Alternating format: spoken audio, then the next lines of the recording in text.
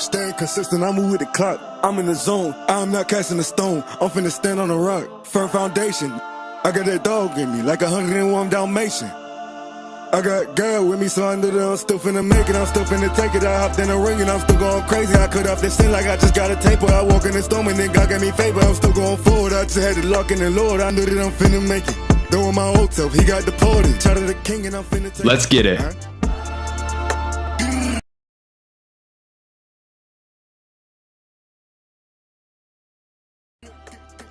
What's going on, everybody? I'm your host, Zach Shoemaker, or as a lot of you guys know me as SchuZ.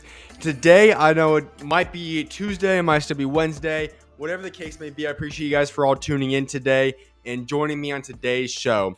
This obviously is going to be hopefully one of the last times I'll do one of these early morning, late night shows. We'll get back into a routine hopefully by next week. I know I've been traveling, something else has been going on, but with that being said, I hope to be setting a link back into a schedule. I just want to make sure that I get everybody the content and I keep having these shows run. So I will be having 2 shows this week. The second one will most likely be on Friday, but I'll be letting you guys know. Obviously, I'll post it before I go live and whatnot when that occurs.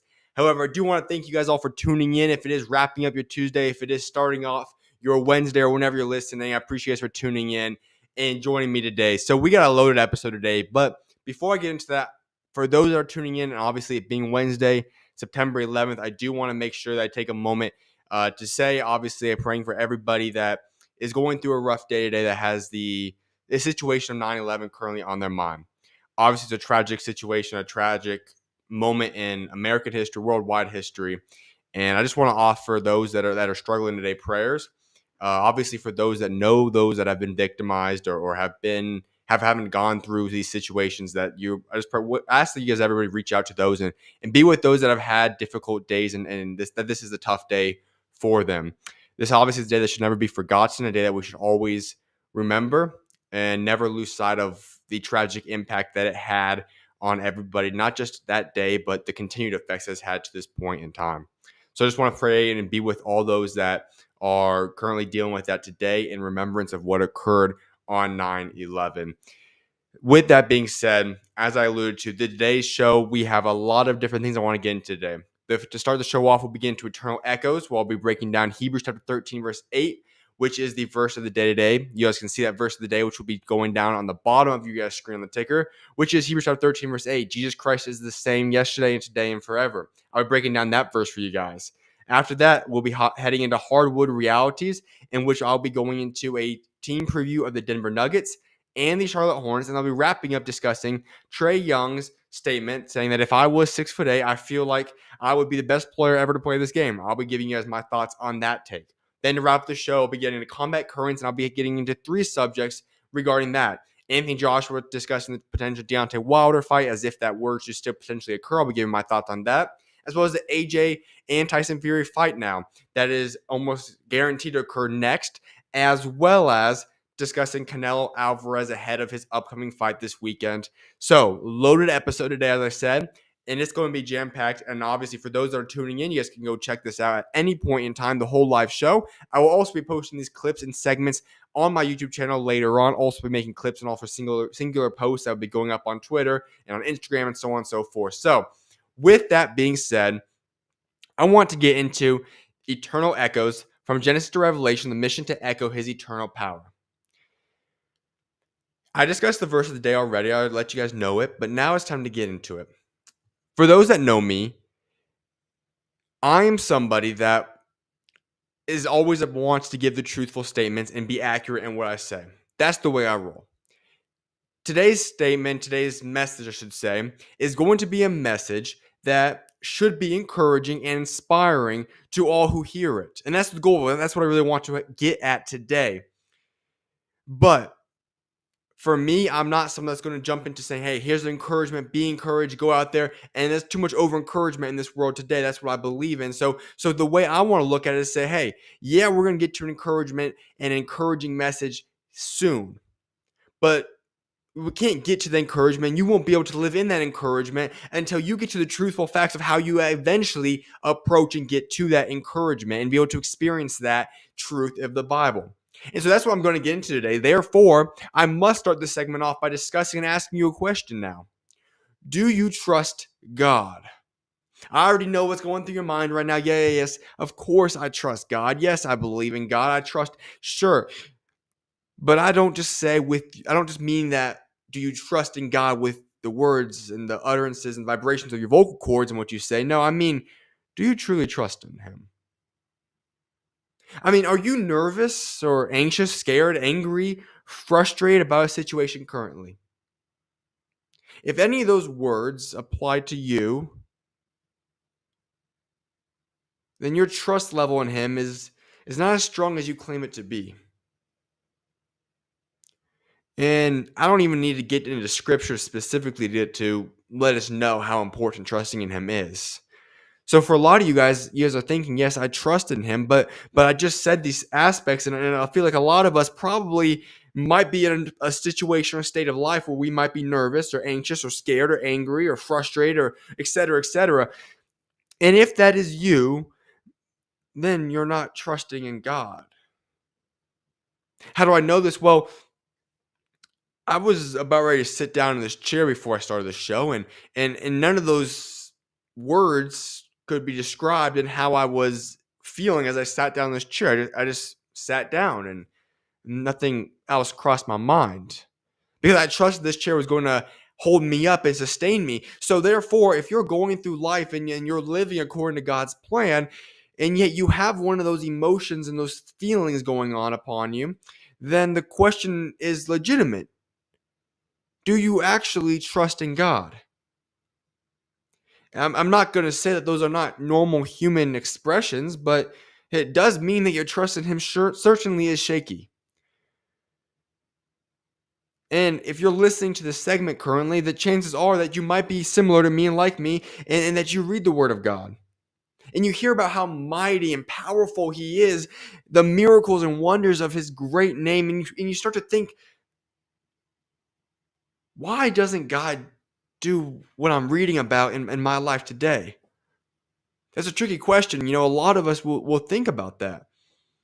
We read these incredible, miraculous stories and we believe them, but we get to our life and we close our Bible for the day or for that time of the day, and we go on through life, and we start to wonder, well, why aren't these miraculous actions occurring right now for myself in this state of life? And I'll get into that in a little bit, but the answer to that is maybe it's because you're not trusting in Him. Because guess what? He can and He will do those things if you allow Him to. Like I said, most of you guys are probably believers of the Word, and you guys know the Word of God, and that's important. But we get to two verses that I feel like us believers don't necessarily listen to and embrace to the extent in which we probably should. There's two verses that really stand out. There's actually very similar verses, but one is in the Old Testament, one is in the New Testament, and yet we are in positions in life where we, quite frankly, don't embrace them to the extent in which we should. We should be grasping these two verses I'm going to break down for you guys today far more than we actually do. So you ask, well, what is that? Well, let's start in the Old Testament first. I'm going to go to Malachi chapter 3, verse 6. It says this: I, the Lord, do not change. And I'll say the whole verse now just because I always want to make sure I include that. So you, the descendants of Jacob, are not destroyed, okay?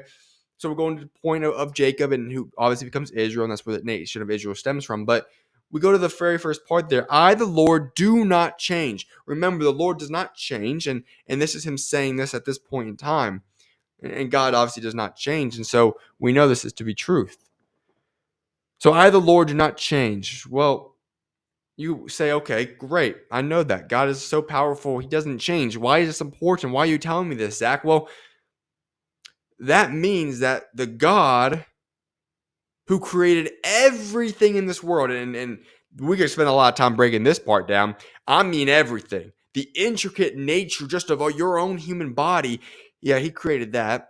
And also the animals and then the mountains and the stars and the sky and the moon and the sun and everything in this world. Yes, that God is the same God today that He was when He created all these great things. the God that parted the Red Sea, the God that has supernatural weather effects throughout the many, many stories in the Old Testament, the God who won unwinnable battles and wars, the one that delivered three from the fiery furnace, the one that preserved Jonah 3 days in the belly of the whale, the one whom delivered Daniel from the lion's den. Yes, that, my friends, is the same God working today for you. I, the Lord, do not change. That God with the power in which he worked in and through these different people and figures in the Bible, or did it all by himself in divine nature, is the very same God that is looking to impact your life today at this point in time. He does not change. Now, guess what? I'm not done with this yet. All right, so we're gonna hop into this New Testament because maybe some of you guys are saying, "Okay, that's Old Testament. That's maybe what about more modern stuff?" I got you covered here now. All right, so let's get to it. New Testament, Hebrews chapter 13, verse 8. Jesus Christ is the same yesterday and today and forever.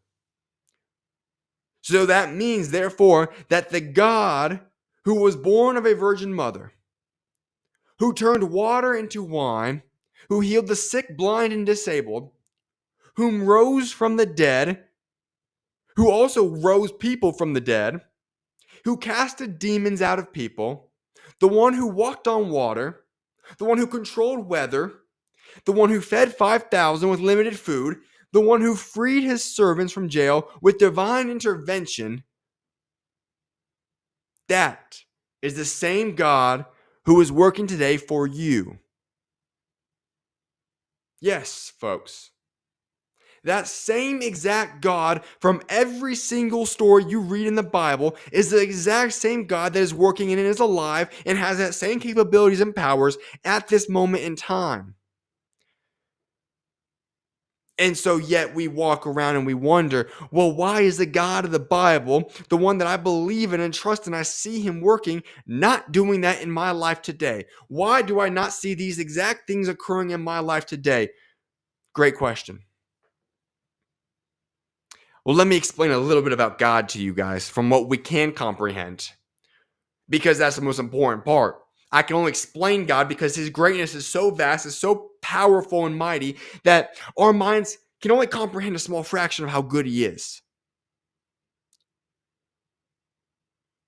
We have the capability to get an idea and understanding to some certain extent of God, but the whole magnificent power and the idea of how great he is, we won't be able to understand all of that. No, friends, we can't. Because God is greater than our minds can comprehend. God does not change. We see the two scriptures, Old Testament and New Testament. And you say, how is that? Well, if we're going to be scientific and give you exact explanation of that, quite frankly, we can't. It's God. We can't understand the full extent of how powerful he is, as I alluded to. But what we do know from the scriptures and the word is that God is perfect. He is all-knowing.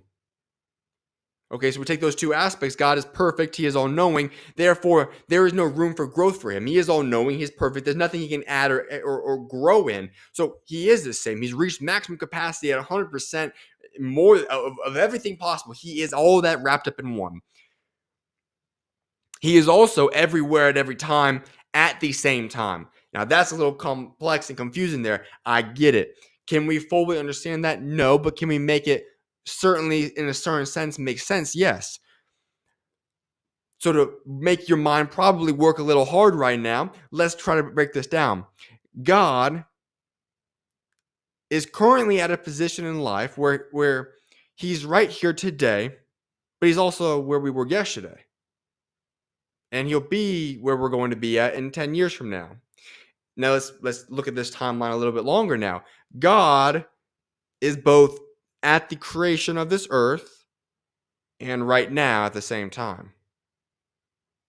I know it's messing with some of y'all minds. I know it's a little complex and it's really hard to wrap our minds around, but this is what we have to try to understand. This is how good our God is. God is everywhere at every time. He is always everywhere at every time at the same time. Okay? Why do I say this to you guys? Because that same God whom carried out those biblical stories that we just talked about is currently carrying out those stories at this same moment. The difference, most likely, I have to imagine, is that one is trusting in him, the others aren't. And I don't want to go on and say this right now where okay, it's just about trust. No, because obviously there's a time and place for every miracle. He's not going to do the exact same things today. Why would he if it doesn't make sense? We don't need the Red Sea to be parted for no reason here now. That's not necessarily it. And there's also a changing of how much or when or where and all these different aspects, yes. But the point that I'm trying to get at today is that when we understand the idea that God is the same God, he does not change, we begin to grasp and in a sense understand the fact that God is currently creating the world and the complexities of it at this point in time because he's not bound by time, and he's right here, right now. So if you understand this, at the very same moment, those biblical stories are in God's, the way God is occurring at the same present moment for him. He is doing that action as we speak, in a sense. Therefore, he is more than capable of impacting your life and my life and whoever listens to this at this moment in time.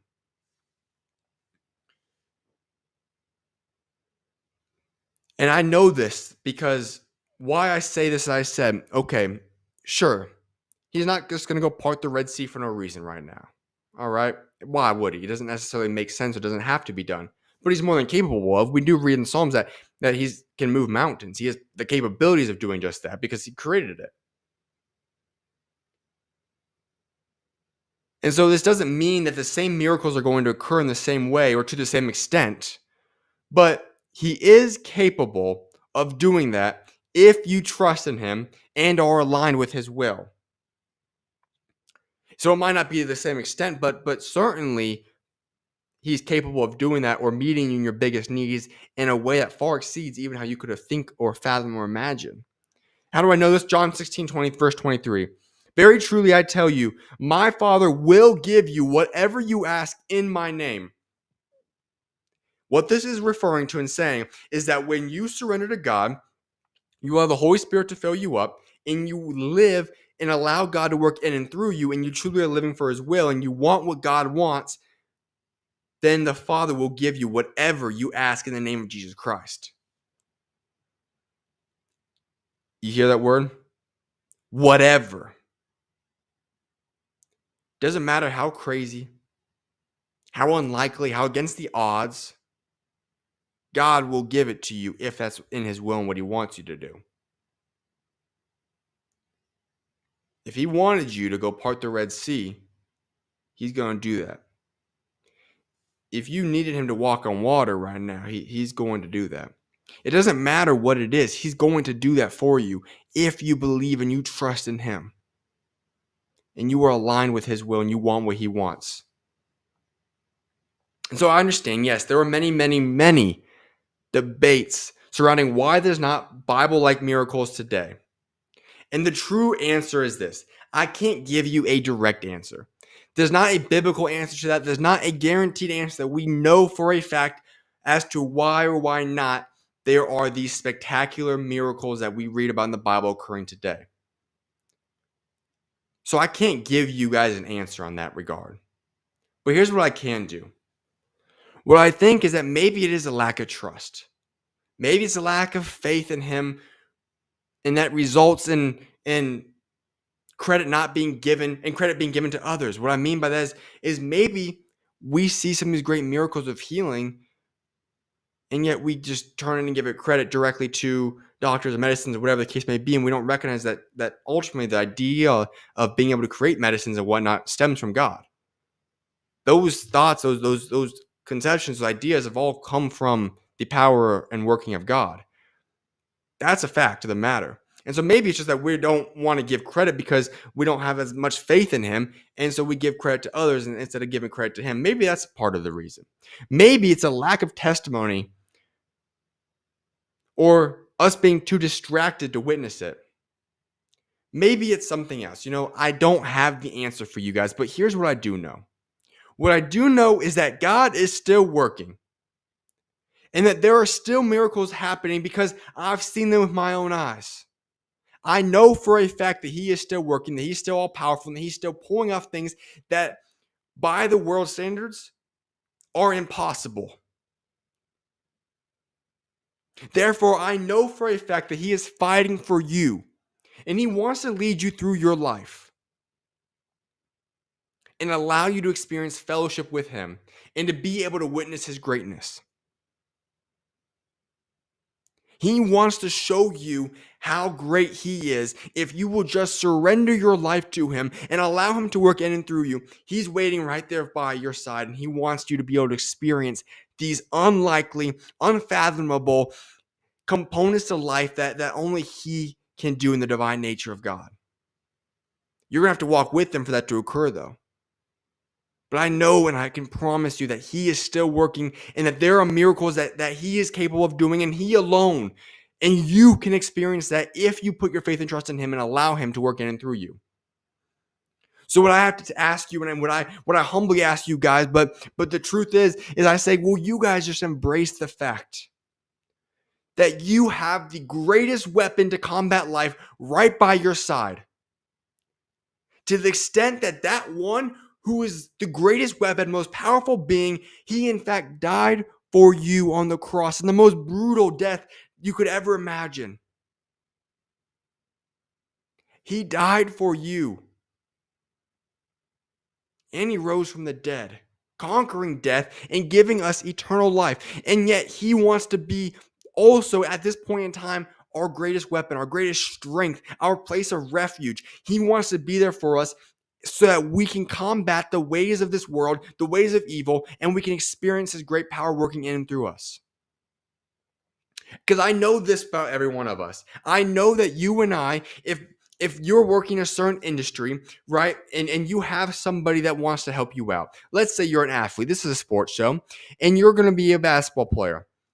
And you have the opportunity to be mentored by the likes of whoever you want to call the greatest. If you want to say it's Michael Jordan, if you want to say it's LeBron James, whatever it is, how quickly would one say, okay, yeah, I want to be trained by that guy. I want to learn the ropes and the ways of life by that guy. I think each and every single one of us would run to that opportunity without hesitation. And if you want to go into any other form of life, if you have the best, the most powerful, wealthy, well-known, well-regarded people in the world that's offering you their hand of support, then I can imagine and guarantee that you're going to run to that opportunity ASAP. But yet we have this opportunity to have the almost powerful being working in and through us as we speak, far more powerful than anyone you can imagine on this planet Earth. But are you going to choose to trust in him? Yeah, it takes faith. No, it's not a human being because it's greater than that. So are you willing to take that step of faith, to trust in the Lord God Almighty and allow him to equip you and to be able to experience the great power of him and him alone? That's a question that I can't answer for you. I can only answer for myself. But what I hope and I pray is that each and every single one of you can take that opportunity to put your faith and trust in God and experience the God that does not change. So I ask and encourage you all to go live out life and follow his will and witness just how great the God whom you serve is. Because Hebrews chapter 13 verse 8 reads this: Jesus Christ is the same yesterday and today and forever. That same God you read about and you're amazed about when you're reading the depths of the Holy Bible is the same God that is working and is right here in your presence, working in and through you, and wants that, at least I should say, and is willing to let you experience his great power working in and through you.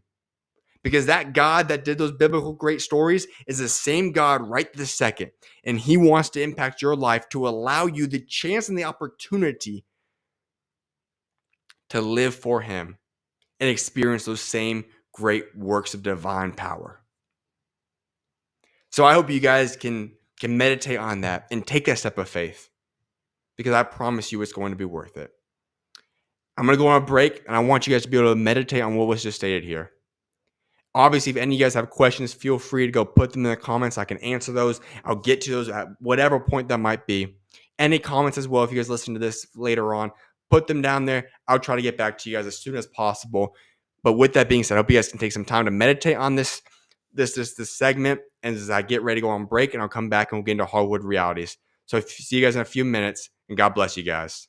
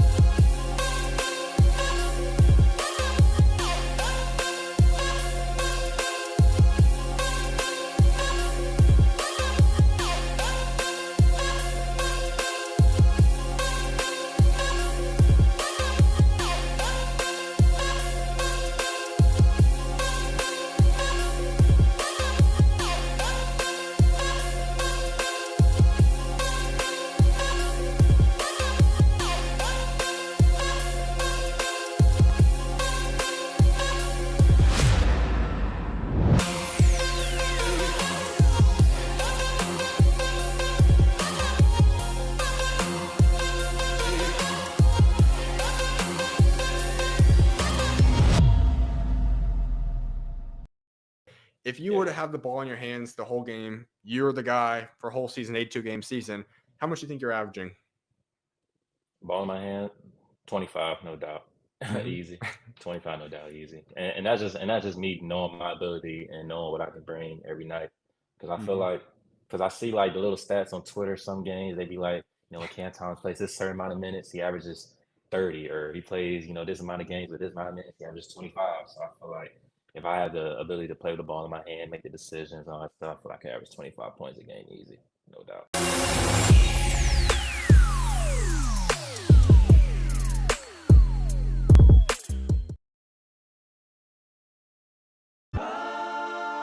Staying consistent, I move with the clock. I'm in the zone, I'm not casting a stone. I'm finna stand on a rock, firm foundation. I got that dog in me, like 101 Dalmatian.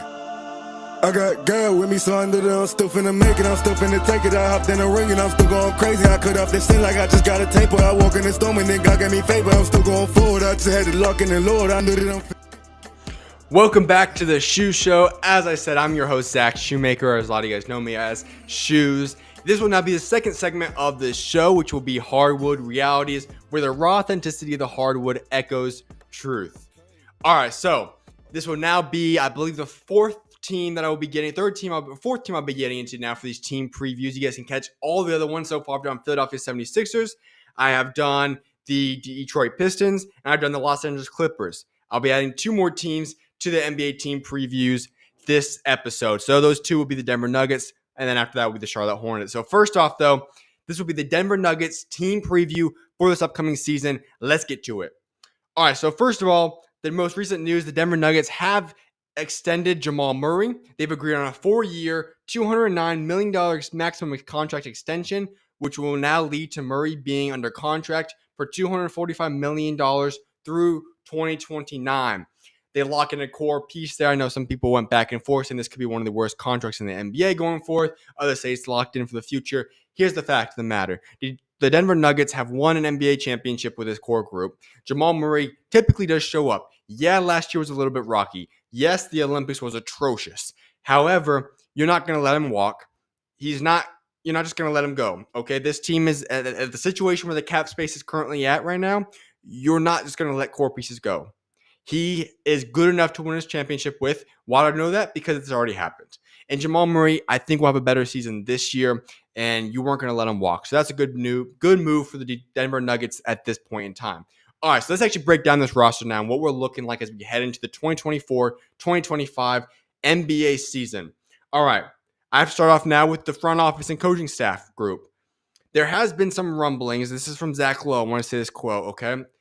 There are some rumblings, Zach Lowe said, rumblings that the coaching staff and front office, or at least the head coach in the front office, aren't exactly seeing eye to eye in Denver.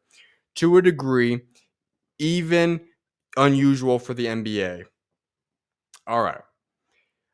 What I want to make sure that we remember about this, Calvin Booth is not the one that built the foundation of this team. Yes, he made a couple of good moves when Tim Connelly moved on, but he was not the guy that got the core group found and built out there in Denver. So you could see where there could be rumblings because clearly there is a different philosophy behind Calvin Booth and what was formerly in place in Denver. So that does not mean that I'm not a fan of Calvin Booth, but I could understand that these rumblings could potentially be true. And the reason for that is Calvin Booth has gone in a different philosophy now. You can see in this team. He obviously embraces the youth a lot more. However, I will say this. In today's new cap structure in the NBA, that is typically something that you're going to have to look at and do because when you have the structure that's now been put in place in the NBA, your core guys are going to have to be essentially the makeup of your roster. The other pieces will have to be surrounded by young guys and cheap contracts because going over that tax threshold is only capable of being done by a certain couple amount of owners that have immense billions and billions and billions of dollars to the likes of like a Steve Ballmer. But even that, you're going to get massive penalties and disciplines, restrictions to your team by doing so. So what the Denver Nuggets have done is something that you kind of have to do in a sense. But the fact that Calvin Booth seems okay with letting guys like Kentavious Caldwell-Pope move on for nothing, I could see where Michael Malone is a little bit not happy about what's going on because it's going to be tougher to win now. And that's going to be the hole that needs to be filled here. So I want to break down this roster because, this is a team that is still obviously a contending NBA roster. But when I look at the Denver Nuggets, I will be honest. There are a lot of questions surrounding this team right now. Let's start off with the positives. You have the best player in the NBA holding down the fort down low in Nikola Jokic, all right? When you have Jokic there, you're going to be a contender regardless of situation, timing, or whatever the case may be. When Jokic is a part of your roster, you're set. So the Denver Nuggets, of course, are going to be contenders because you have Jokic down low. That's obviously a pro. The best player in the NBA is on your team. Then you head over and you have Aaron Gordon, one of the most valuable interchangeable pieces, one of the best role players you could say in the NBA. He is a guy that's going to be starting at power forward for you. You can't complain about that. Then you head over to what I just discussed a few moments ago, and Jamal Murray is running the point guard spot. There are guys clearly better than Jamal Murray at the point guard spot. However, he is a guy that has won an NBA championship as a starting point guard. So I'm not really worried about him either. MPJ is another guy that, we're starting to get a little shaky here. That is a contract that is a little bit questionable. However, we do know the value that MPJ brings to a team. So I'm not going to bring too much critique to him because he was a critical component to this roster. But here's where the things start to get a little bit interesting and where the question marks begin for Denver. Those four guys are locked in. However, that fifth starter where Kentavious Caldwell-Pope previously was is now going to be an open hole for the Denver Nuggets. And I don't know if that starting role is going to be filled and solidified for a few months, to be honest. And quite frankly, this could become a situation, not a good situation, but could be a situation that when we come down to it, we could be looking at the trade deadline and they might still be trying to figure out who exactly fills that void. Right now, I'll just say this. Christian Braun's the guy that, of course, I believe is going to be starting for them. He makes sense. He's going to be able to take that step up and be able to fill that void. However, has he done enough throughout his NBA career where I feel confident in saying that Christian Braun is going to be able to be a starter on this contending roster for the Denver Nuggets right away? Not yet. So therefore, I have to ask myself, well, we see other guys that have a chance. You could throw Peyton Watson in that group. You could have Julian Strawther there. personally, when I look at the Denver Nuggets, one rotational spot that I see that does interest me a little bit, and I have no idea if it works, but I would like to see if it would work or not, especially if the Christian Brown situation does not work. And that would be, what if you slide Jamal Murray to this 2 and you throw Westbrook in at the 1? All right, because Westbrook was a huge addition to this team. Whether that's going to be as a 6-man or that's going to be as a starter, I love the Russell Westbrook addition. Say what you want about him. He plays hard-nosed defense. He plays his utmost effort. He's a guy that plays winning basketball. I understand he has not won a championship yet, but he plays winning basketball. You're never going to be disappointed when you watch Russell Westbrook play with the effort he brings. We know what he's going to bring to the team, and he doesn't have to be that guy. We were talking about it. You have the best player in the NBA already. Jamal Murray is going to be the second scoring option. MPJ is a guy that can be a scoring threat. Aaron Gordon plays his role, et cetera, et cetera. So when you're Russell Westbrook, he has the ability to score to a certain extent, yes, but he also can facilitate, but he also can be that hard-nosed defensive player. And when I look at this roster, you could throw Russell Westbrook in there at the 1, shift Jamal Murray to the 2. Does it open it up where you have 2 ball handlers and you have Jamal Murray more in a scoring role? I don't mind that at all. That's why I'm actually intrigued by that. Because you already know, like I said, the offense is already set.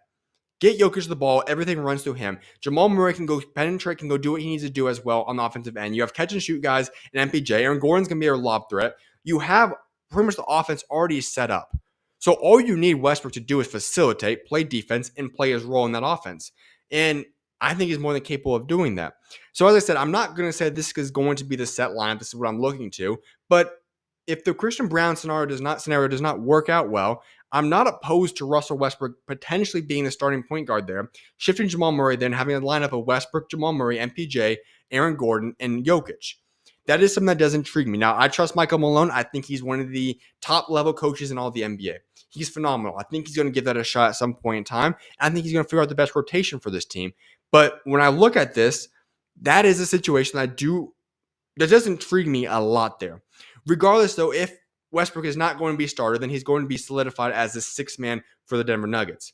And that's a role that I love for him. I think he's a guy, I said, will bring it defensively. If you put him in the 6-man role, he would then have a lot more of a longer leash offensively. He can go penetrate, get to the rim, et cetera, et cetera. So I like Russell Westbrook regardless. I think that was a very underrated pickup that we'll be looking at throughout the season and say, okay, Russell Westbrook found his groove. This is the right team. They got a bargain on that contract. Love that move by Calvin Booth. Let's fill out the rest of this team. And this is where it gets interesting. And my biggest concerns for the Denver Nuggets is right here. It's the bench. When I look at the bench, I'm only looking at 8 deep in terms of guys that I legitimately trust and a 9th guy that I could see getting spot minutes. But if it comes to the playoffs, I'm not going to trust him very well. And that is a group that, as I said, let's assume Christian Brown is starting at shooting guard. Therefore, Westbrook is your 6-man like it. All right, so then you have 2 guys. I trust Julian Strawther and I trust Peyton Watson. I think both those guys have either proven themselves to a certain extent where I think they're going to take the next jump, or I think they're in line for a massive breakout season. Both of those guys are guys that I think, like I said, could potentially battle for a starting spot on this core group. If not, they're going to be very, very valuable backup guys at the 2, 3, 4, whatever you want to look at there. So I really do like those 2 guys. I think Julian Strawther and Peyton Watson, 2 young guys, 2 great draft picks that will contribute majorly to this bench. But this is where the question marks really get going for myself. Obviously, the starting spot at this 2 guard is going to be questionable. But in terms of an actual thing that's going to hinder this roster is at the 9th man and on. Assuming for myself, I look at it, I say Dario Saric is going to be the 9th man on this team. Regular season, fine. He can play. He's a good rotational player. In the postseason, I don't trust him very well. And thankfully, you do have 2 guys that can play 40 minutes or so in the postseason, Jokic and Gordon. But somebody's going to have to play some spot minutes at the 4 and 5. And the 4 and 5 is very, very low on depth. When you talk about the backups for Jokic being DeAndre Jordan and Zeke Nnaji, I'm not comfortable with that at all. Jordan's a great locker room presence. Sure, he can play a couple good minutes here and there. I'm not trusting him in the playoffs, nor am I trusting either one of those guys in the playoffs. Then you go to there. Dario Saric, like I said, yeah, sure, good. I don't want him in the playoffs too many minutes. And then Ken Carr, he's back, and we haven't seen him really play at a high level yet in his career, but he's back, and he's going to try playing on this rotation again, even though, he's obviously coming back a season-ending injury. Then you go Hunter Tyson, another guy that we've seen flashes. I think he could potentially emerge and be a rotational guy this year. But at this point in time, I'm not going to say I'm comfortable with him being in that role. And then you have Jalen Pickett, another guy that I do like as well. I think he's a guy that you could see take another jump. Didn't get a lot of minutes last year, but in terms of getting spot minutes, I could see him getting, he's going to have to play somewhat. He's going to be able to be a facilitator. I think getting him involved in the team early on would be huge for this roster. He's another guy, him and Hunter Tyson both are young. I could see them take another jump and be rotational guys. But at this moment, I don't trust them fully to be legitimate rotational guys on a contending roster. So that's the problem. And I have to admit now and acknowledge the big man situation would have been solved if Deron Holmes didn't get hurt. And that's one of these situations that nobody's going to fully understand the impact of Deron getting hurt because we don't have the data beforehand to see, okay, this is what he could have been and the Nuggets would have looked like with Deron and what they look like without him. However, not having Deron Holmes on this roster will be huge for this team. They were granted the disabled player exception for $1.53 million. It's not really going to get you anything in the NBA right now, especially at this point in free agency. But DeAndre Jordan and Nanji are not the guys that you want backing up Jokic at this point in the season. Deron was a guy that would have held down the four at the 4-5. You could have given him 20, 25 minutes, given Jokic and Gordon nights off occasionally. You could have allowed them the opportunity to play a lesser amount of minutes. Deron easily would have been that ninth best player on this team and gotten legitimate rotational minutes on a contending team. That's not going to be the case for them anymore. And that's why it's concerning because now, you're pushing the roster count limit. And Deron Holmes, yes, you've got the disabled player exception, but he still is going to be on your roster. He still counts towards the 15-man team roster limit. And so there's obviously going to be a situation in Denver now where, someone on this team you could see possibly get traded or cut so that you can open up a roster spot to go get somebody else. Because they're going to need to find a way to get this depth up. This is obviously a contending team, as I alluded to. They have the best player in the NBA. You have a great coach. You have great surrounding pieces. The starting lineup, regardless of how you're going to build it, is going to be set. It's going to be okay. You also have an 8-man rotation, which is really what you do need at the end of the day for the playoffs. However, this is a long NBA season, and there's a lot of question marks around the bench. There needs to be more depth on this team, particularly at the 4-5. Dario Saric, like I said, will be somebody you can semi-trust in, but they definitely need to add on some bench depth to this Denver Nuggets team. I will allude to this. You have three two-way contracts, and I want to make sure I make this statement clear. Calvin Booth did an incredible job with the two-way spots. I think he had two guys that should have been drafted. He landed as two-way contracts, and that is PJ Hall and Trae Alexander.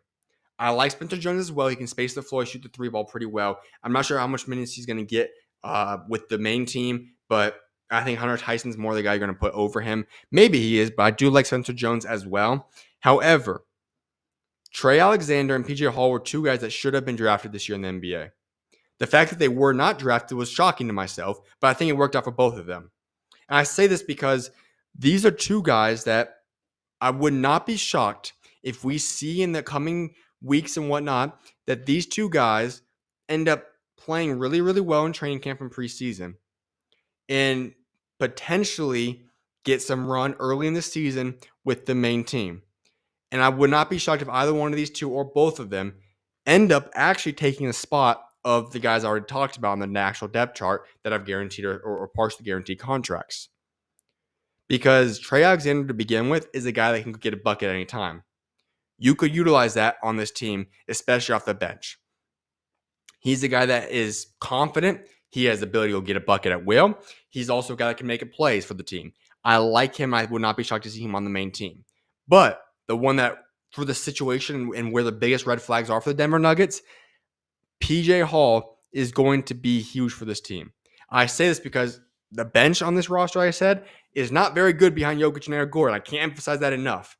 PJ Hall is a guy that has the ability to space the floor to a certain extent. He rebounds hard, has good shot blocking ability. He's a pretty solid defensive player, but overall, he knows how to play his role really, really well and embrace that role.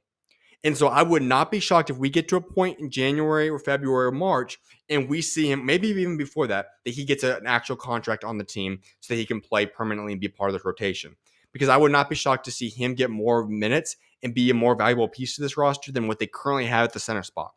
So I want to make sure I allude to that because that is something that people need to keep an eye on. That's one of the biggest actual things that I'm keeping an eye on for this team is that the two-way spots that Calvin Booth signed, he nailed. I don't think there was a team that did a better job with the two-way contracts than Calvin Booth this year. All three guys are guys that I could see play, particularly Trae Alexander and PJ Hall. So those are two guys to keep an eye on. Regardless, though, if those two guys aren't going to be a part of this roster and be able to contribute this year, especially into the playoffs, which I'm not sure if that would be the case, I think what we need to keep an eye on is, do the Denver Nuggets pull a trade off?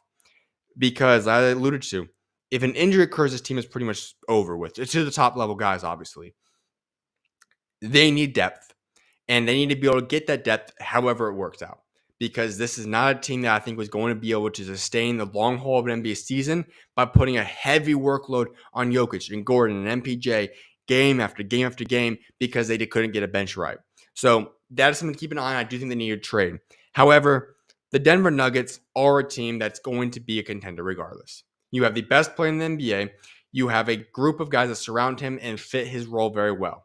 The entire group of the starting five will be set. They have 8 guys that are set. This will be a team that's obviously going to the playoffs. They're going to be a contender, and they're going to be fun to watch. I just have a lot of question marks regarding the bench depth on this roster. If that gets fixed, and whether that's going to be via trade or someone has a breakout season, they're going to be A-okay, and they're obviously going to be one of my top 3, 4, 5 teams, whatever it's going to look like. They're going to be in that top level tier of contenders for me. Right now, I don't even want to say they're out of, because like I said, you have Nikola Jokic. He's going to keep you a contender. I can't not say Denver Nuggets are going to be contenders. I just have a lot of question marks about the bench depth. But regardless, they are obviously a contender. I just don't know if I have them in my top 2, 3, 4 teams or whatnot in the NBA at this point in time. But they certainly are a team that's going to be a massive threat this year, and would not even shock me at all if they go and do win the championship this season. So that's what I've got for you guys today on the Denver Nuggets team preview for this upcoming year. Next up will be Charlotte Hornets. Just going to get a water real quick.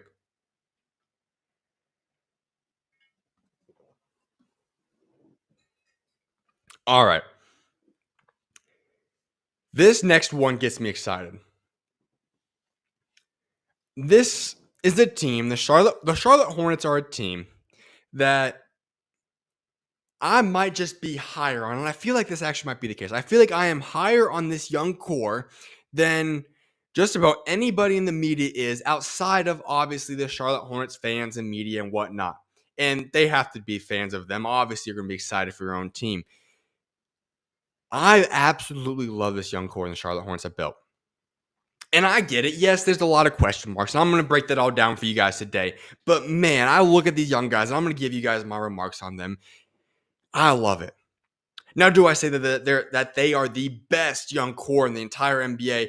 I might not say that statement. I don't have a rankings currently there, but are there many young cores that I'm going to take over the Charlotte Hornets team? I'm not sure you could convince me of that. Because this team has so much talent, and I feel like looking at this roster, they have a foundation built now. I feel like the core is there. Maybe it's not officially cemented yet. Maybe that you still got to wait this next year to figure out exactly who those guys are.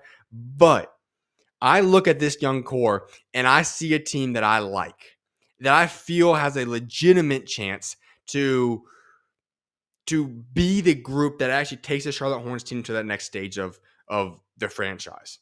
And so let me give a little bit of back history and what going down this past offseason. Obviously, Michael Jordan, he sells the team. So therefore, that leads to leadership changes. The general managers and the front office changes, the head coaching changes. In comes Jeff Peterson. He comes from Brooklyn. And let me say this. This isn't the Brooklyn Nets team preview or whatnot. Sean Marks is probably the most unfairly disrespected general manager in all of the NBA. The situation involving the big three, that occurred. It is what it is. You're not going to say no to those guys. But when Sean Marks gets to call the shots and build what he wants to build and evaluate and seek talent and understand talent and make the proper hires on his own accord and actually identify underrated guys, there's not many guys in the NBA better than that. And that's the branch that Jeff Peterson comes from. So right away, you have to understand that Jeff Peterson's been mentored and has a great understanding of how to identify talent and how to build a young core. And in comes Charles Lee. I can't give you guys a great breakdown of Charles Lee and how great he is on the X's and O's and what he's going to bring to the team as a coach. But what I can tell you is that coming from Boston, he obviously knows how to win. He went through the developmental process of many of these young guys and helped grow the Boston Celtics into a team that wins the NBA championship. Him coming in to be the head coach automatically establishes a winning culture. And that's something to keep an eye on if you are the Charlotte Hornets, and that's got to excite you. And so now let's break down this team that these guys are going to be able to put together, build upon, and for Charles Lee's case, coach. All right. Let me say this first. This young core, as I alluded to, is a young core that I believe is one of the premier young cores in all the NBA. I said there's question marks. Those question marks are largely around the fact of, can LaMelo Ball stay healthy? And I understand it's a big if. He's only played a handful of games the past 2 seasons. His ankles have not been holding up very well, and his brother doesn't give us much case for optimism in regards to that his ankles will be okay. However, he's changing his shoes and whatnot. He's wearing the ankle brace and those aspects now. But I'm having to look at this based upon he is going to be healthy. Because if he is healthy, this is a team, like I said, that I absolutely love in terms of the young core that's been built here. So let me break this down for you guys. Right out the gate, I look at this. And the starting 5 is not solidified yet. I think 4 guys are locked in. And those 4 guys are LaMelo Ball, Brandon Miller, Miles Bridges, Mark Williams. All right, those 4 are locked in. That 5th spot is going to be a battle in multiple aspects you could look at. You could look at one aspect in which I'm going to pencil in for now, Josh Green being the shooting guard for the team. If not, then I look at Trae Mann possibly being a starter. I see Cody Martin possibly as a starter. Or I see Grant Williams possibly being a starter for this team this year. So there's a few options there. That's who I currently have as the surrounding pieces for potentially that 5th spot. But let me break down these starters to begin with. I want to start off with the dynamic duo that I see forming. Like, there is a very special dynamic duo brewing in Charlotte between LaMelo Ball and Brandon Miller. They have yet to play extensive minutes together, but I'm not quite concerned about the chemistry on the court yet in terms of how they play together, because they should fit perfectly together when healthy. You talk about LaMelo, a guy that's a pass-first option, a guy that is more than capable of scoring. By all means, he's a threat on the offensive end at all 3 levels of the game, and he's going to be a pass-first, as I alluded to. So you get Brandon Miller, who is a guy that is capable of being pretty much the dream prototypical forward in today's game. He can run the 2, the 3, whatever you want to run him at. You pretty much look at Paul George, right? That is the close comparison. He's so identical to what Paul George brings. Brandon Miller is about the perfectly built and equipped player to run alongside LaMelo Ball. They should thrive together. And when I talk about those 2 guys, let's say they're both healthy, I think these 2 guys have a chance to both be 5+ time NBA All-Stars, if not more. Make that 6, 7, whatever the case may be. These 2 guys have a chance to be a very, very special dynamic duo together. Bearing injury, or hopefully LaMelo Ball remains healthy, obviously. But if LaMelo Ball and Brandon Miller are healthy, these are 2 guys that should be able to be competing for all-star appearances in the NBA year in, year out. Both of these guys are guys that are easy forecasts to be guys that are stars in the NBA. Stars for a long time. Brandon Miller is a guy that I think you look at as one of the premier young players. Yes, he had to go up against Wemby and all that talented group of guys out there in San Antonio and what he just did at his rookie season that a lot of people maybe didn't give Brandon Miller the attention he probably deserved. But people will learn quite soon just how good Brandon Miller is. He is going to be an all-star in the very, very near future. He's one of the top young talents in the NBA, and he's going to be a star. And I think he's one of the most easy guys to project as a star in the NBA. There's nothing that's really hindering him. He's a hard worker. He stays pretty quiet. He's a guy that you can just see how quickly he's growing. And another part I love about Brandon Miller, he is more than willing to learn. We see him constantly learning from other guys, picking the brains of different stars, notably the one that I think is most important, Paul George. And you see just his ability. He should thrive in this team. And you pair him with LaMelo Ball, those 2 guys should be a premier dynamic duo in the NBA. Then next up I want to talk about is a lob threat. Mark Williams, another guy's battled some injuries. Some people don't necessarily give it the credit that he deserves. He's a perfect modern-day big man. You look at the likes of a Nick Claxton, a Mitchell Robinson. You look at Rudy Gobert. You talk about those type of guys that are rim protectors, that are lob threats, Jared Allen. The list goes on and on, right? That is who I see him being. He can protect the rim at a high level. He's a lob threat. He's not going to clog the paint. He's going to do exactly what you need him to do on the defensive and offensive end. So he's right there. And you talk about LaMelo's passing ability. Those two should thrive together. I think those three guys are your core foundational pieces right there. Next up, Miles Bridges. All right. Here's what we have to understand and realize. I'll be the first to say the acts that he did are ridiculous. Is he deserving of playing in the NBA? Based upon the fact that that's what the NBA seems to allow, then fine. Personally, as someone that is not is it completely against what occurred there in that situation, no, I don't like that at all. But the truth is that when you evaluate a team, I can't sit here and say, okay, what he's done is illegal, what he's done is horrible, what he's done is bad. Therefore, I think he's a horrible player. I think he's this, that, and the third. The truth and the facts of the matter is that Miles Bridges is on this roster. He got paid. He's on a 3-year deal now, and he's going to be starting for the Charlotte Hornets. And if I allow myself to be blinded by the fact that, okay, what he's done in his past is now how I'm going to impact and view him as a player, sure. Is it right? No. Do I have to respect him as a human being? No. But is Miles Bridges a heck of a player? Yes. I can't deny that. And so you look at this team, and they got him on about $25 million per season, and that's what he's going to be bringing to this team. He's a guy that, I don't think he's an all-star player. He's a borderline guy. He reminds me of a guy similar to maybe a Tobias Harris. A very, very good NBA player. Throw him some seasons he might be top 50, but typically, you see him in that 50 to maybe 75 range in the NBA. Not an all-star, but a very, very good NBA player. And that's the guy you're going to be getting on this team. And you don't need him to be that superstar. I already said you got 2 superstars already, LaMelo Ball and you have Brandon Miller. And then you already have a very, very good player also in Mark Williams. So Miles Bridges being able to settle down into that, really, really good starting role is perfect for him. I think he's going to thrive there. So that's what you guys got in the 4 locked-in places. Then I'm going to hop into the opening. So right now I have penciled in as Josh Green because I think Josh Green fits this team perfectly.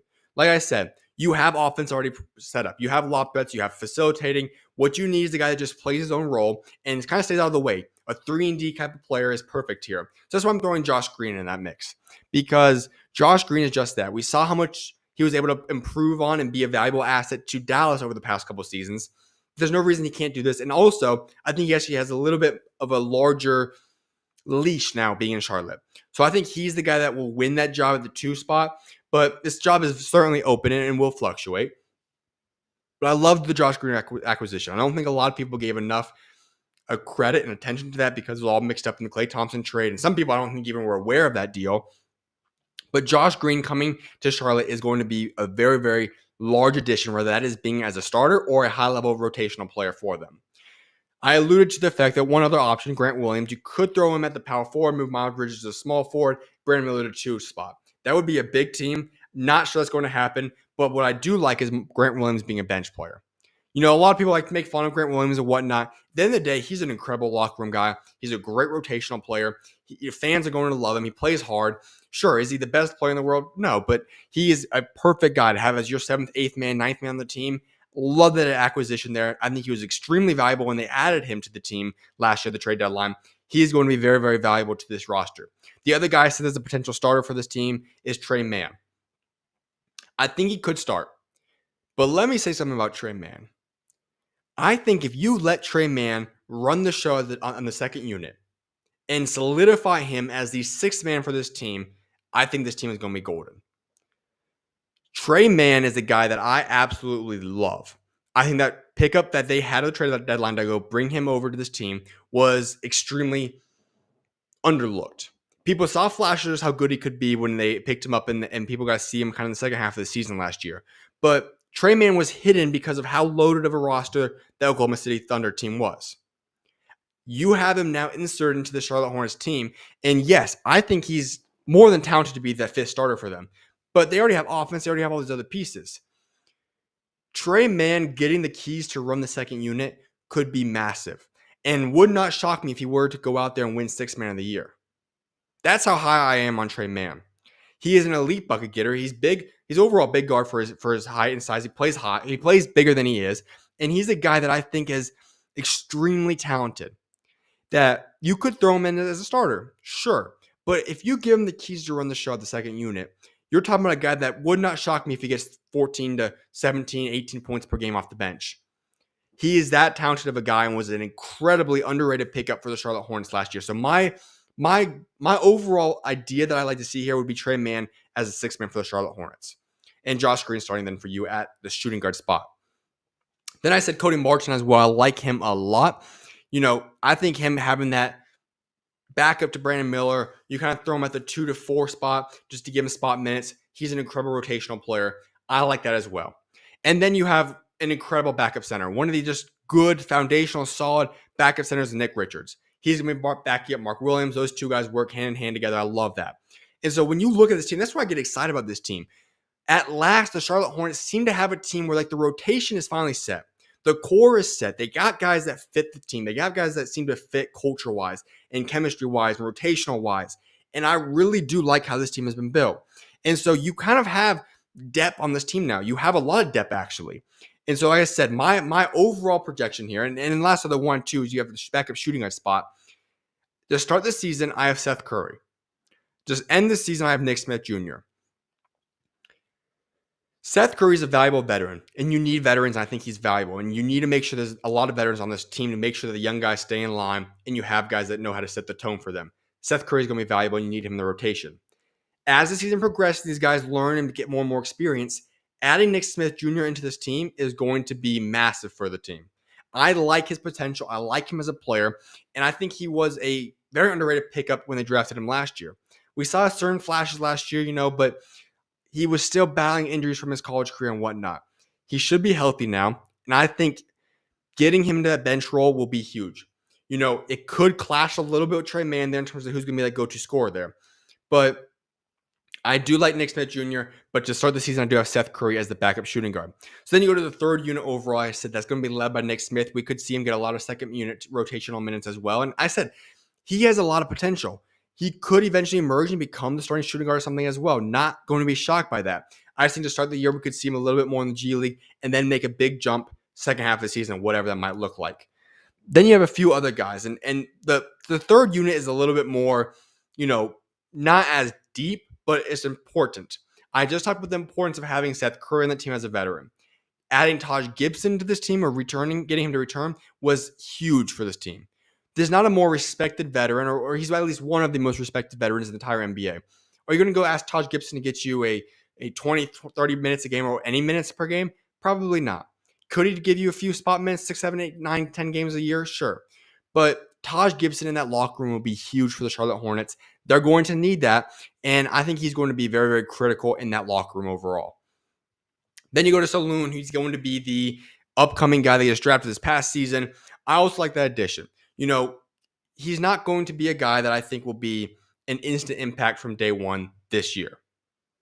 What I do see for him is a guy that you're going to be able to see develop over the next couple of seasons. He's going to be more so of a project, if you want to say, right? He's not a guy that, I expect to go out there, perform at a high level, be one of the core pieces right out the gate.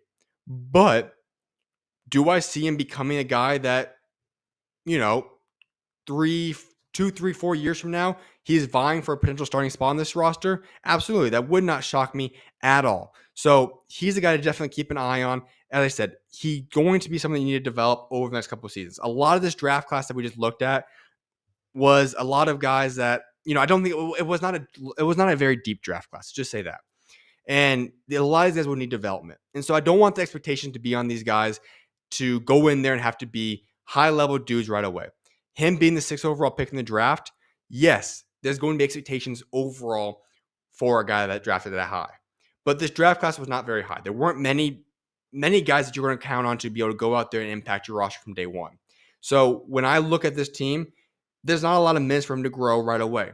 And playing potentially in the G League for a little bit, playing in a situation where you develop is going to be something that I think is important for him. If I were to make this video, and when I make this video a year from now, then it's going to get interesting. Then it's going to be a situation where I say, okay, is this guy's going to be in the rotation? Is he now guys vying for a starting spot? Because I said, 4 guys are pretty much locked in this young core. Could he be the 5th guy? Could he be a core bench piece? I don't know exactly. This, like I said, this draft class was not the deepest, so I don't want people to give too much false hope and hype for him specifically or anybody in this draft. But it was a solid draft pick. He has potential. Just give him some time. Let him go 1 or 2 years to develop, and then get the expectations. But the point is that this team already has a lot of great young guys where you're not going to need extensive amounts of minutes, and there are not that many minutes available for another guy that's being drafted that high. So we'll see what exactly develops with him there. The final guy that's on a guaranteed contract right now is Micic, who was a guy that also came over the trade deadline and had some good minutes and moments there. He's a veteran from the sense of basketball, not a veteran in the NBA. But he could certainly get some more minutes on the rotation this year. I don't think he's going to be a core piece because I think, like I said, you have the young core developed. You want those young pieces to continue to get more and more minutes that you truly have established now as the core. That being said, there's also a good mix of veterans, and I don't think he really fits in that flow. So I wouldn't be surprised to see if he's on this team for the entire season, but he's another guy that's a good addition to this team. He's going to be there. He could potentially surprise me or whatever and get some more minutes, be in their top 10 of the rotation, whatever that might look like. But for me personally, I do see him as a guy that's going to be the outside looking in when it comes to rotation. Now, you do have two-way spots. One is KJ Simpson, a guy I really did like in college at Colorado. I think he's a guy that has a bright future, could be a guy that earns a standard contract eventually. He was banged up, didn't get to go play in the summer league, so we didn't get to see too much there. And I think it'll be interesting. He's going to spend the year playing primarily in the G League. There's not a lot of minutes, as I've said a few times now. But he could be something you look at in the future. Moussa Diabate, on the other hand, he has had a lot of NBA minutes and run. He's been in the league for a couple of seasons now. And I do like what he brings.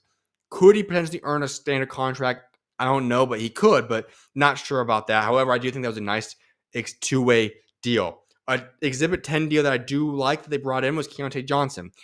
I could see him being promoted to a two-way deal. Not sure he's got a long-term NBA career. However, I do like that and would not be surprised to see him get promoted up to the two-way spot.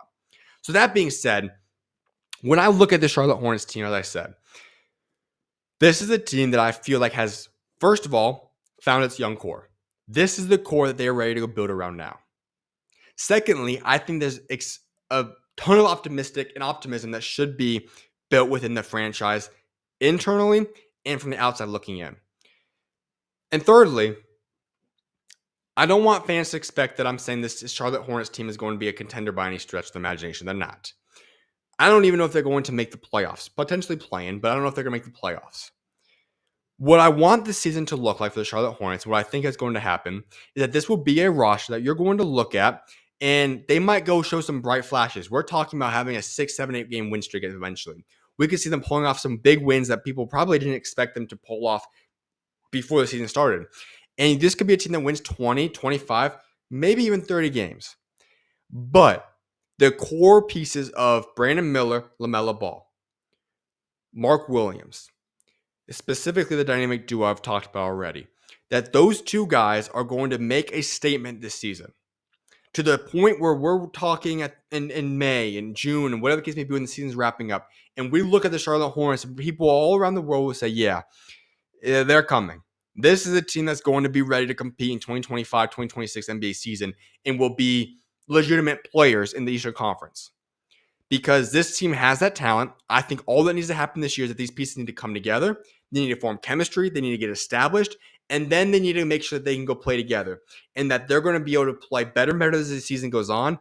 Where we're talking at the end of the season, people will say, okay, this is a legitimate team. That the talent level of that team at that point in time, come March-ish time, that's a potential play-in playoff team. And then we head into next season and people will all say, there's a lot of hype on this roster. The core has been built. They are talented. They're ready to go compete, and they will be legitimate factors and players in the 2025-2026 NBA season. So I think there's a lot of room for optimism within the Charlotte Hornets. I think there's lots of excitement. I think fans need to embrace it. The wins and losses, whatever may happen, don't be too particular about it. They're going to come. They're going to be fine. They could be 20, 30 wins where I kind of project them somewhere in between there. But there's room to be optimistic and excited for the bright, bright future that I see in Charlotte. That's what I've got for the Charlotte Hornets team preview this year. And then the final point I want to get into now for this show and the Hardwood realities is a statement that Trae Young made. Trae Young was on the Millions Worth of Game podcast, and he said this, and this is the statement. I'm going to read the quote specifically. If I was 6'8", I feel like I would be the best player I would be the best player ever to play this game. All right. I saw a comment, and I just want to say this because it was funny. On Twitter, somebody said, It's pretty much Luka Doncic. Pretty much, yes. Obviously, you've got better ball handling skills and whatnot. But the thing is that hypothetically, I see what he's saying. I see what Trae Young is saying, but then it begs the question: what if Steph Curry was 6'8"? Well, obviously Steph Curry is better than Trae Young. There you go. There's your answer. But that's where you could go up from that aspect. The thing is that here's the actual truth. It wouldn't happen. Okay? Even hypothetically, if he did. Let's say Trae Young was 6'8". He's not the best player in the NBA today or ever. And I say that because you even look at guys like LeBron. We're talking about one of the best players. Let's just use LeBron for now. Is he better than LeBron? Sure, he'd be better shooter than LeBron James. He already is the better shooter than LeBron James. Is he become more athletic than LeBron? No. Passing wise, they're about equal. I mean, Trae's a better passer, sure, but sure. LeBron's a much better defensive player. Now, Trae Young being 6'8" would obviously improve his defense, but he's not like there's any natural abilities to defend at this point in time for Trae Young. So I don't even think that'd be true even if he was 6'8". But let's hypothetically speak this into existence. Trae Young is 6'8". The talent level that Trae Young currently possesses at his current body would not translate to him being 6'8". Why would I say that? Because if he were to be that tall, Trae Young would not have developed the skill set he currently possesses at the age as he developed through his ages.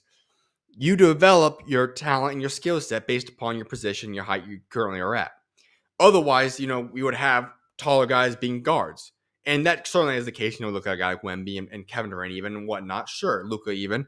But for the most part, you're not going to be as skilled and gifted at your floater game, at your ball handling, et cetera, if you're taller. That's just not what you work on. That's the way that our world's built. Now, the game is developing and evolving, and a lot of guys do work on those skill sets earlier on. But generally speaking, Trae Young would not be a guy that would be still developing that skill set that he has developed because he has to. When you're at the height that Trae Young is at, you have to have the ability to floater game, and you have to be able to shoot the ball.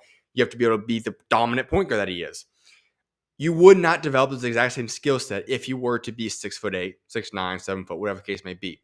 You would develop other skill sets of taking away time from impacting and growth in what he currently is working on. So it wouldn't even make sense regardless, because you then would have to say, well, why doesn't every single 6'8" guy have a point guard skill set? And that's just not the case. So I see what he's saying. This has been a topic and a debate that's happened many times before in the history of basketball. What if Steph Curry was 6'8"? Yeah, sure. But that's taking away from why we need to appreciate how good these other guys are. They are special and so gifted and talented because of the way God created them and with the skill sets that they currently possess. Steph Curry is so special and spectacular because of who he's become at his height. If he was 6'8", who knows what Steph Curry would truly be today? But because of his height, he had to work to become the guy that he is today. So hypothetically, yes, I don't know what it would look like. If Trae Young was 6'8", is he the best player ever? Is he the best player even in the NBA today? I don't think so. But I see the point he's trying to make. I get it. I just don't think it makes much sense. I think it's quite foolish, to be quite frankly honest with you, because you wouldn't develop that skill set. And what makes Trae Young one of the premier NBA talents in the NBA today is his ability to do what he does at his height and take over a game, even though he's an undersized guard. And I think that's extremely valuable, and we need to just appreciate that. So I see what he's saying. Overall, it just doesn't make any sense. It doesn't make sense. It wouldn't come to fruition. And I don't think he even would be the best player if that were to be the case. So that's my take on Trae Young's stance, saying that if he was 6'8", he would feel like he's the best player to ever play the game of basketball. I'm going to go on a short break, and then I'm going to wrap up this show heading into combat currents. We'll be getting into 3 topics regarding combat sports. So I'll see you guys in a few short minutes. God bless you guys. See you shortly.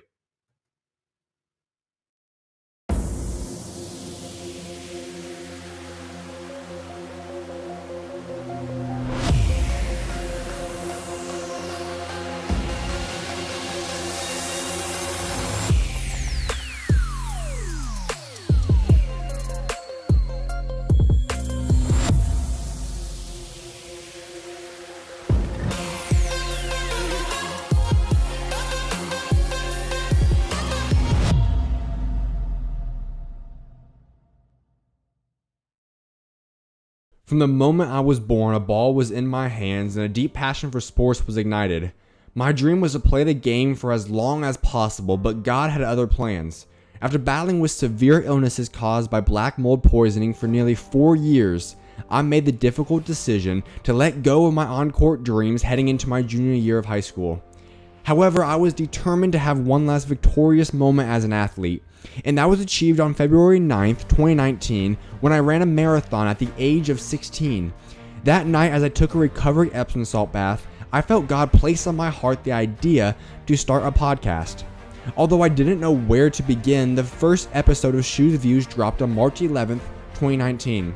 Over the next 1,183 days, more than 600,000 people tuned into 1,056 interviews.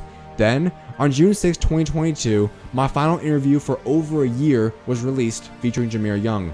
I never once thought that I'd be off the air for over a year, but the truth is there was something missing in me. At first, I thought creating a website would help fill that void, so I went and put together SchuZ.net, but nothing changed. Throughout the next month, I continued searching for answers, and eventually, God worked in the only way that would have gotten my attention at that point in time. Through something work-related. By the end of July 2022, my parents blessed me with the opportunity to build a studio. However, before breaking ground, the real change began. On August 3rd, 2022, my life changed forever. Once again, I happened to be taking a bath late into the night, and suddenly, an indescribable feeling came upon me. It was a profound urge to open up my Bible and read. I turned to 2 Corinthians chapter 4, and since that night, not a single day has passed without me spending time in the Word. You see, what was missing all along was Jesus. On August 6th, my dad and I began to lay the foundation for the next chapter of my career. Simultaneously, the foundation of who I was created to be was also being laid. Over the years, I had lost sight of my Lord and Savior Jesus Christ. I knew of God, but I didn't know Him, and I certainly was not following or living like Him. But day by day, the new me began to take shape. My former self's sole priority faded away, and I began to live out the acronym I often talked about, FJTFOE. It stands for First Jesus, then Family Over Everything. God became my everything, and He transformed me entirely. He helped me rediscover my love for family, running, lifting, playing basketball, giving back, the church, and most importantly, Him. This journey began with a craving to nourish my old identity, but God's hand was always in control, rapidly shaping my new identity. As God transformed me, He also grew my relationship with every member of my family. Together they stood by me and contributed to the person I am today. Through it all, Ephesians chapter 3 verse 20 manifested its truth in my life. The blessings I received far exceeded anything I could have imagined. The truth is that God's hand has always been there, but now I'm committed to following His path. Although I may look different, and my heart has undergone a profound change, I am truly blessed to announce the beginning of a new chapter. Starting July 24th, I will be launching my new show, the SchuZ Show, which will air on my YouTube channel every Monday, Wednesday, and Thursday from 5 to 7 p.m. Eastern Time. I can't wait for you guys to join me in this next chapter. I'll see you guys soon, and may God bless you all.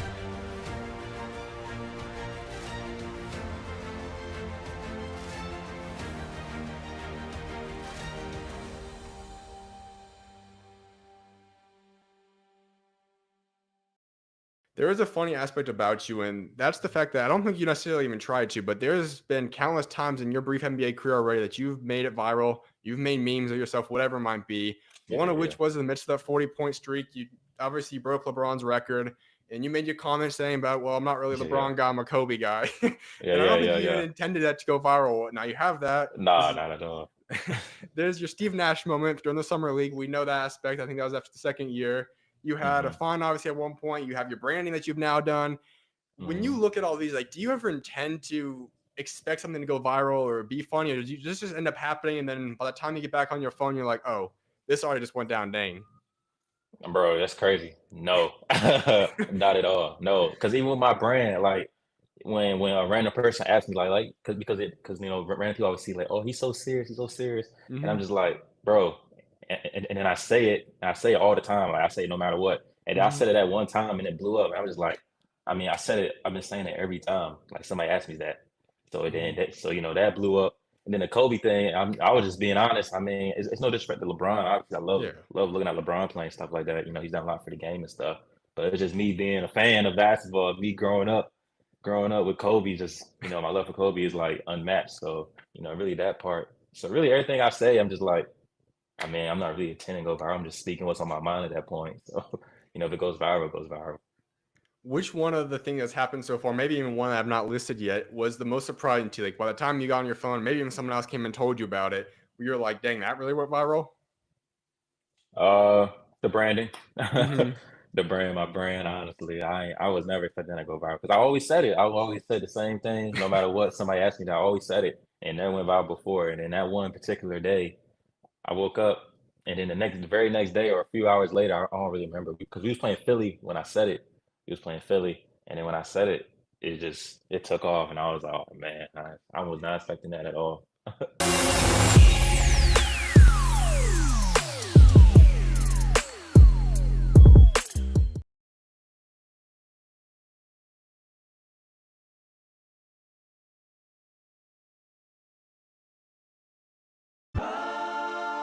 Staying consistent, I move with the clock. I'm in the zone, I'm not casting a stone. I'm finna stand on a rock, firm foundation. I got that dog in me, like 101 Dalmatian. I got girl with me, so I know that I'm still finna make it. I'm still finna take it. I hopped in the ring and I'm still going crazy. I cut off this sin like I just got a taper. I walk in the storm and then God gave me favor. I'm still going forward. I just had the luck in the Lord. I knew that I'm finna make it. Doing my old self, he got deported. Shout out to the king and I'm finna take it. Welcome back, everyone, to the SchuZ Show. I'm your host, Zach Shoemaker, and this will be the final portion of today's show where we're going to get into combat currents, unmasking combat currents of today's fight world.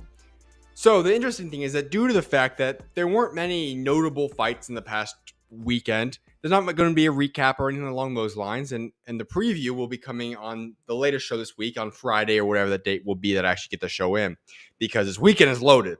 But there are three topics I really want to dive into today to make sure that we discuss and get into and break down from the events of boxing world recently. And so with that being said, let's hop right up on into it now. The first one I want to talk about is this. Anthony Joshua was on an interview doing the DAZN, preparing for the big fight at Wembley Stadium in 2 weeks from now. And he said this. He said that he could still fight Deontay Wilder in the future. The exact quote reads this: "The fight could still happen. For me, why not? I've always said it. It's not a big deal for me. Strip away the bright lights and the trash talk. It's only a fight. So yeah, I'd fight Wilder." Well, when I think about that, it excites me a little bit from the standpoint of, sure, Deontay Wilder, Anthony Joshua, that's a fight that we'd be excited for. But in today's world, it's 2024. And, the last time I felt truly generally excited for it was, about a year ago, right? When we were preparing for the December 23rd Riyadh season card, and it all seemed lined up that we had Deontay Wilder and Anthony Joshua on the same card, and both guys should have won that night, and then we're going to get into the big match. Anthony Joshua certainly did his part that night, and Wilder, was shocking to the rest of the world in terms of how he performed against Joseph Parker. Not that it was a devastating loss, but more so the fact that didn't look like Wilder. And that's why when I see this potential, people want to call it that, fight between Anthony Joshua and Deontay Wilder, I get puzzled a little bit. I wonder, why would this fight still even happen? One day these guys are both retired, and 7, 8, 9 years from now, and they do an exhibition fight. Okay, maybe. But today it just doesn't make sense. Now, possible anything happens in today's boxing world with Turkey involved and everything along those lines, but it just doesn't make sense for AJ. AJ's got himself set up for the foreseeable future. I don't see him going back and fighting Wilder. Now, Wilder could certainly work his way back up and into the mix and compete one day, but that's what I really want to go into right now, because is that worth it for Wilder? When you talk about Deontay Wilder, there's an interesting component to him. He is, in my opinion, the hardest hitting boxer of all time. I understand people will debate that. I understand people are going to fight that. It is your own opinion. I'm okay with that. What Deontay Wilder did for boxing was sensational. Regardless of what your stance on him, you can't say that he did not entertain fans. You can't say that he was not powerful. You cannot say that he was not somebody that was one of the premier names in boxing for the past decade.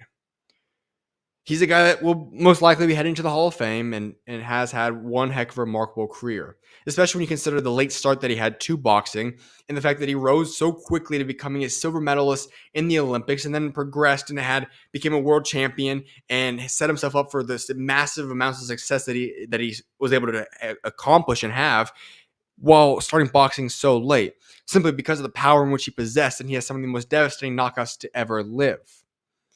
That being said, Wilder's accomplished just about everything you could really want, essentially, in boxing. And at this point in time, the only thing left would be undisputed or something along those lines, and that's going to take work to get to. You see, Deontay Wilder is a guy that I love as a heavyweight fighter. He's one of the premier guys I've always looked up to and watched and enjoyed. One of the first guys I actually fell in love with in terms of boxing, actually the first. And when I think about Deontay Wilder, I think the power is still there. I don't question the power. I question the heart. And that's the reality of fighting. Fighting is not a sport you play. It's what you do. And when you box, you do it for something. He made his statement as to why he fought very, very clear from the very beginning. And he did that and accomplished that goal. So at this point in time, he's already accomplished the goal. He has generational wealth. What else is there for him to gain that aspect other than going into a ring, getting punched in the face when you've already accomplished everything? It's a lot harder to take a punch when you have generational wealth than it is when you're broke and you need something and you need that money. And so Deontay Wilder's in a position where, sure, he could keep fighting. But if I'm Deontay Wilder, here's what I'm saying. Anthony Joshua, that sounds like a great fight. That could be entertaining. That would have been great 5, 6, 7, 8 years ago. But if Wilder wants to fight, these are really the only things I see as likely. One, he needs to switch trainers, and he needs to make sure that he gets his heart back and his mindset right, where he actually gets somebody he's going to listen to and actually teach him how to fight again and get that dog out of him. If he doesn't have that mindset, it's all over regardless of what division he wants to do it at. So if that's what he's going to do, and he truly wants to commit to boxing, and he decides to get Malik Scott out of there, he decides to completely commit to boxing and have somebody come in there that's not just a yes man and actually push him around and get him to be the best version of himself, great. And he gets that dog back in him, then let's see what he can do at the heavyweight division. All for that. If that's not the case, then obviously number 2, sure, go down and fight another division. Go to bridgerweight, go to cruiserweight, whatever the case may be. Go ahead and try that out. Could it be interesting? Could it be intriguing? Maybe. But that's the only other option. Now, option number 3 is retire. Maybe go to an exhibition fight or something like that against a celebrity dude like Jake Paul, if Jake Paul even wants that or something. I don't know. But from your professional career, retire. That's my advice, what I'd like to see from Deontay Wilder. So when I see this Anthony Joshua, sure, Anthony Joshua's in the A-OK right there. What is there to lose for AJ? AJ would destroy Deontay Wilder if that fight occurred today. That would not be a fight today if that occurred. Sure, puncher's chance. And I just said Deontay Wilder still has his power, I believe. So does he have a legitimate chance? Of course, it is boxing. It's one shot, it's over. But if we're talking who's going to win the boxing match and who you're going to bet on and who has the best odds, it's AJ and it's not even comparable. Now, it is interesting. Obviously AJ has no reason to even possibly contemplate that type of fight. So for AJ to even consider that is interesting because AJ's in a prime position. He probably does recognize that it's not going to happen. Therefore, he has a lot less of a necessity to do that. So he can just say, sure, I'm going to do it. I would do it, whatever, when he knows it's never going to happen. But that isn't a fight that I'm intrigued to see anymore. And it's unfortunate because AJ versus Deontay Wilder would have been the biggest fight you could have made between 2010 and 2020. You couldn't have made a bigger fight, especially in that 2016, 2018 range. That would have been the biggest fight to make in boxing. And they failed to do so. Unfortunately, Turkey wasn't involved back then, and that's the type of situation we had. You could have had undisputed. Didn't occur. So that could always be a debate that we just say, what if? But ultimately, when you look at boxing over that decade span, there's a lot of what ifs. Boxing was not being well ran. There was not somebody like Turkey making sure that stuff got done. And you have countless what ifs. That was the problem with boxing that Turkey is starting to fix and be able to grow now. So for me, no, I don't want that fight to occur anymore. It makes no sense. I think Wilder would pretty much get killed in the ring. It would make no sense for either side of them unless a massive shift occurs in the mindset of Deontay Wilder and he decides to actually come back. But at this point, I think Deontay Wilder should retire unless he wants to go move down to bridgerweight or cruiserweight, or he wants to actually retire or fire his coaching training group and Malik Scott and go get his dog mentality back. That's the only way around this. Regardless, at this point in time, if that fight occurs, I'm putting my money all on AJ. It is what it is. And I hate to say that, but it's true. Second point is staying on AJ. We're going to now hop into the other news that I discussed briefly because it just came on right before the last show, but that Anthony Joshua versus Tyson Fury is expected to happen regardless of the next fight's results. Therefore, meaning that regardless of win, lose, or draw for AJ against Daniel Dubois, or win, lose, and draw for Tyson Fury versus Usyk, that Fury versus AJ will be occurring next for those two guys. For me, I don't like that idea. AJ has put himself in position to deserve that, yes. If he beats Dubois, he gets the winner of Usyk Fury. If Fury beats Usyk, they need an immediate rematch for the trilogy of those two. That makes no sense that Usyk's going to get screwed over like that. If Fury loses, then it is what it is. We move on and we see that. And that's even if Fury decides to keep fighting. However, let's just get to the basics of this. AJ, Fury. We see the numbers that Daniel Dubois and AJ are doing right now. If I'm not mistaken, it's at 96,000 now for the seeding. They're going to shatter the record that was set by Fury before. If Tyson Fury versus Anthony Joshua does end up occurring, likely to be at Wembley Stadium, I have to imagine, that would have to do well over 100,000 people if they can even make that happen. That would be one of, and I'm just going off the top of my head, that has to be one of the biggest fights in UK history. That would be huge out there. That would be huge around the world, but especially out there. I think AJ would win that fight. Let me make that clear. But that is a fight that I would love to see. I want to see occur and have happen. And having it occur at Wembley Stadium between those two guys will be one of the biggest boxing events you could put together in terms of just not only talent, but also it being the heavyweight division, but also just the national pride that's going to occur of it being in the UK between two of the UK's premier fighters. That would be a fight I'd love to see have happen. Do I think it's right if it actually does occur immediately following, regardless of what occurs in the Fury Usyk fight? No. But if we're just looking at, this fight occurring, I'm very excited for this. I was going to say is the most exciting fight you could make at the heavyweight division, but I'd still say obviously I'd take Usyk and Fury. I want that one more so than that one, but that is still Fury and AJ would be one of the biggest fights you could make in boxing. And I would absolutely love to see that occur. So that would be something that have happened. Hopefully it doesn't occur where it happens regardless of what happens in the win for Fury. But if AJ gets out of that win with a win, and if this is what occurs, would actually make this the biggest fight you can imagine. If AJ gets the belt and he's a world champion for the third time, and Fury goes and beats Usyk this time, if they get an immediate rematch and Fury beats Usyk once again, making that essentially a undisputed championship fight between the two biggest heavyweight fighters in the world at that point in time, both of them being from the UK, fighting in the UK at Wembley, you don't get much bigger of a fight than that. So that's something to look forward to and something I would be deeply and very intrigued in seeing occur. All right, folks, the last segment I want to get into to wrap this show up is this. I'm going to give you guys a preview of the fights this upcoming weekend on Friday, most likely if that's when the show does go down. But I want this next part of this segment, the final segment of this show, to be showing respect to Canelo Alvarez. Canelo, I've been critical of Canelo over the past couple of shows and a few shows about, the pricing of the pay-per-view show. The overall ducking, you could say, of Benavidez and whatnot is occurring there. And I stand by those statements. Nothing changes there. But I've always made sure to emphasize this. That at the end of the day, Canelo Alvarez is the face of boxing. At the end of the day, Canelo Alvarez is a first bout Hall of Famer and one of the all-time greats. At the end of the day, Canelo Alvarez has done more than enough for the sport to deserve to do whatever the heck he wants to do in any regard to whatever he wants to do, scheduling fight-wise or anything along those lines. My only thing has always been, if he still wants to be perceived as one of the top boxers in the entire world, he's going to have to go out there and still consider competing against the top guys to prove himself as to being in that top pound-for-pound group. That's really where the foundational thing comes. But that's all beyond the point for now. Because what I want to discuss right now is Canelo Alvarez, his legacy, what he's done for boxing, his impact on the sport, just how impactful he is, what he's done, and why we need to recognize and not take this for granted for what he's doing right now. It's easy to say all these different things about, the controversy that Canelo causes, and for us to go out here now and speak on, bashing his name essentially. But I want to make sure that we don't go around this route and say, Canelo Alvarez, we're just going to forget about how great he is and not embrace his greatness, not be able to witness and almost, lose and not take advantage of the moment of however many fights more we have remaining of Canelo, because that's not something we should do. And I want to make sure that everyone takes full advantage of the remaining fights that Canelo Alvarez has in his career.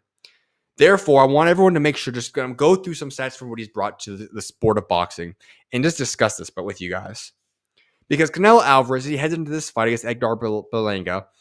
He is 61-2-2. He has 39 KOs in his career. Before he became a professional fighter, Canelo Alvarez was 44-2 with 12 KOs. That's at the age of 13 until the age of 15, which is when he turned pro. He has carried being the face of boxing for many years now. And he has never once been knocked down in his entire pro career. Those that know him know that he has one of, if not the greatest chins in boxing history. He has done the unthinkable.